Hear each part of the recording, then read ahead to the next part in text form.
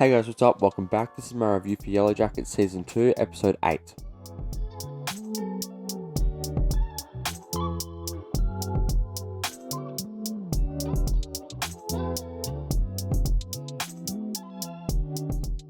This video will contain spoilers for Yellowjackets Season 2, Episode 8, so if you've not seen the episode, go watch it and then come back. So yeah, let's get into it. If you've seen my reviews, you've known that we're really liking Season 2 so far. As of now, I would say Season 1 is probably a little bit better. I still prefer Season 1 over Season 2, but Season 2 is still very good. I just feel like Season 2 had a lot more, like energy, and it was like, we were like, hurtling through a, pretty crazy story. But with this one, it feels a little bit more muted, and it feels a little bit more slow, which is fine. It's still good, but it just, that's why it's like not better than Season 1 for me yet. It could be great. Next episode is the finale. It could stick the landing incredibly and, be really, really great. But, yeah, so I like this episode. This episode was pretty fucking crazy. There's some stuff that I'm, like, a little bit questionable about in terms of, like, how I like these characters now. But, yeah, so let's just get into it with full spoilers. So, I don't want to talk about the big thing first, so I'll start with talking about the little things. So, we got a lot of reveals this episode. We found out Akila has been talking to a dead rat the whole time, which is just disturbing, and she tries to eat it at one point, and it was very sad to see. And, oh god, it was very disturbing. It just shows how hungry they all are, and shows how desperate they all are that she's, been talking to a dead rat the whole time. I really didn't expect that. At the end of the last episode, we found out that the police found Adam's body, and Jeff told Shauna, and we were left on a cliffhanger. And this episode, Shauna told all the girls that they found the body, and that she also told them that she told Jeff, which I don't have a problem with her telling Jeff.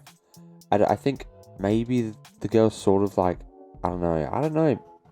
I feel like her telling Jeff wasn't that bad, and it feels like, I'm not saying they overreacted, because like obviously they killed someone, but it's like it's her husband, I think she also did tell them about the blackmailing.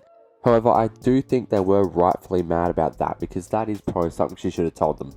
But yeah, back at the cabin, Lottie is still pretty fucked up, and I gotta say, I understand why Shauna did it, but it's like, someone said something, and I can't remember which character it was, but they said she took that from Lottie. No, she took that from Shauna, so to save us from it. But I'm like, I understand Shauna is mad, and rightfully so, but I don't know if she has to beat someone to a fucking pulp, to stop herself from killing everyone or something. It's like, I think that's a bit extreme, and also someone should have stopped her at some point, I mean, she's nearly dead, and nobody seems to really be saying anything to Shauna. But yeah, so Jeff is having a hard time coping with the fact that his wife is a murderer, and that she cut him up and all that stuff, which is, rightfully so. And the whole dream sequence, I knew it was a dream sequence. Dream sequences, you can most of the time always tell, because they're very set up like a dream throughout the whole thing. And it's like, this isn't real, this is not, so you can always tell. At this point, I'm not even really interested in the story with Callie and the cop anymore. It's like, I was in the first few episodes, but now I'm like kind of over it. I don't know why we're still following it. While I still think he is like disgusting, I don't know what more we're gonna get out of it.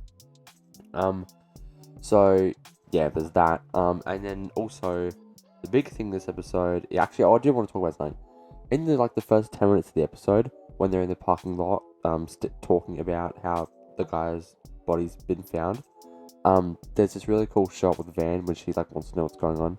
But it's when they're leaving the parking lot and they're walking away, and adult Van is walking in the left hand side of the screen back to the cabin or whatever, and it's just on her. And then there's a really, really great hard cut to younger Van walking in that exact position, and there's a really cool music cue. And I thought that was really, really great, and I wish they did more stuff like that with the transitions, because that was really great. It's a small thing that I noticed, but I really loved it. But yeah, the big thing this episode is that they were starving, and they needed to kill someone, and they basically drew cards on who to kill, sacrifice to eat, and it landed on Nat.